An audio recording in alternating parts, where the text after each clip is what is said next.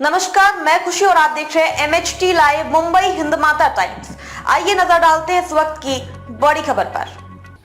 Mumbai crime branch की बड़ी कार्यवाही, 252 करोड़ का एमडी ड्रग्स बरामद, 10 आरोपी गिरफ्तार। महाराष्ट्र के सांगली जिले से एक ड्रग्स फैक्ट्री का भंडाफोड़ किया है, जहां से क्राइम ब्रांच ने तकरीबन 122 करोड़ एमडी ड्रग्स जब्त किया। साथ ही क्राइम ब्रांच ने मौके से 6 लोगों को गिरफ्तार भी किया। अधिकारियों के मुताबिक जब्त किए हुए ड्रग्स की कीमत अंतर्राष्ट्रीय बाजार में 252 करोड़ से ज्यादा का है। इस लैब का खुलासा क्राइम ब्रांच को पहले से ही फरवरी महीने में गिरफ्तार एक पुरुष और एक महिला की जांच पड़ताल में सामने आया था। क्राइम ब्रांच की टीम ने इस मामले में अब तक कुल 10 आरोपियों को गिरफ्तार किया है। इनमें से 2 लोगों को फरवरी महीने में गिरफ्तार किया, तो वहीं 2 लोगों को गुजरात से गिरफ्तार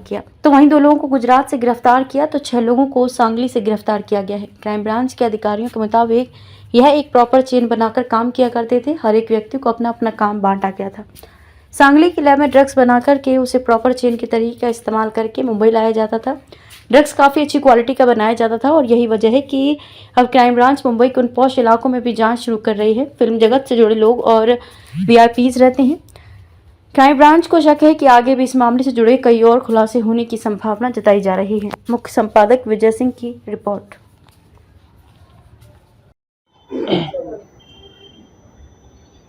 16 फरवरी को क्राइम ब्रांच की यूनिट 7 ने एक लेडी और एक मेल को 3 kg 641 ग्राम मेफेड्रॉन के साथ कस्टडी में लिया था। इसमें एक ऑफेंस दाखिल किया गया था। इसी ऑफेंस का फर्दर इन्वेस्टिगेशन क्राइम ब्रांच की टीम कर रही थी।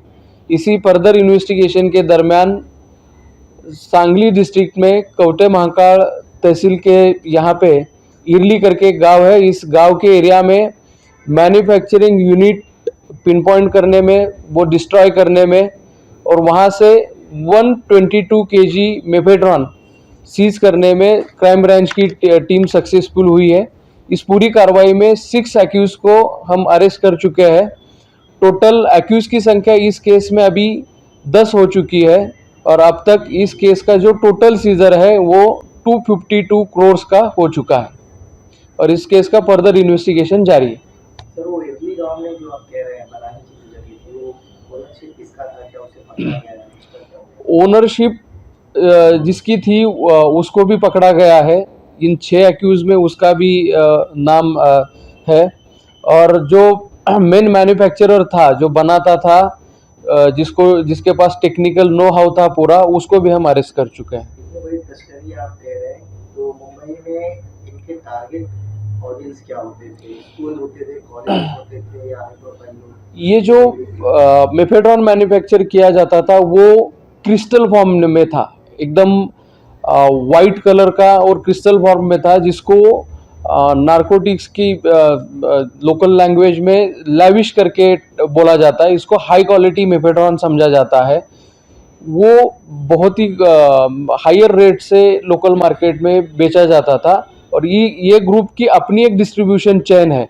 सांगली में मैन्युफैक्चर करने के बाद अलग लोगों को ये रिस्पॉन्सिबिलिटी दी जाती थी कि डिस्क्रीटली ये पूरा जो कंसाइनमेंट है मुंबई तक पहुंचाते थे और यहाँ से अपने डिस्ट्रीब्यूटर के माध्यम से ये लोकली सर्कुलेट होता था। ये फैक्ट्री कब से चला रही है? प्राइमरी इन्वेस्टिगेशन में ये रिवील हो चुका है कि पिछले 7 महीने से ये फैक्ट्री चल रही थी। इसकी जानकारी आप लोगों को कब मिली? 16 फेब को ऑफेंस दाखिल होने के बाद फर्दर इन्वेस्टिगेशन में, यानी कि एक्यूज का इंट्रोगेशन और टेक्निकल इन्वेस्टिगेशन के बेसिस पे हम ये पिन पॉइंट करने में सक्सेसफुल हुए। सर, आपने जो कहा कि शेड में महिला और पुरुष को पकड़ा गया था, जिसके बाद सीलिंग मिला, महिला का बैकग्राउंड क्या इसमें? कोई महिला या फिर ऐसा कोई सवाल? महिला जो है वो कुर्ला एरिया की रहने वाली है। वो एक ड्रग पेडलर ही है। जो हमें बेसिक इन्फॉर्मेशन मिली थी कि ये बड़े पैमाने पे ड्रग ट्रैफिकिंग कर रही है, तो डिटेल्ड वर्कआउट के बाद ही वो जो एक्शन है 3 kg सीजर का वो किया गया। सर, आपने वो टारगेट ऑडियंस को एक बार अवॉइड किया, कौन होते थे मुंबई में? क्या कोई कॉलेजेस ये टारगेट करते थे या हाई प्रोफाइल सोसाइटीज टारगेट किया करते थे या सेलिब्रिटीज करते थे? क्योंकि इतनी बड़ी क्वांटिटी में, जिस तरह से आपने कहा कि क्वालिटी जो है काफ़ी अच्छे क्वालिटी की होती थी जो ड्रग्स है, तो किन लोगों को ये अपना ऑडियंस मानते थे? ये जो मैन्युफैक्चरिंग का ग्रुप हमने पकड़ा है, उनका टारगेट यही था कि हाई क्वालिटी मेफेड्रॉन प्रोड्यूस करना और उस मेफेड्रॉन को हायर रेट्स पे बेचना। तो जाहिर है कि इसमें अच्छी इकोनॉमिकल कंडीशन वाले ही लोग ये परचेस करते थे।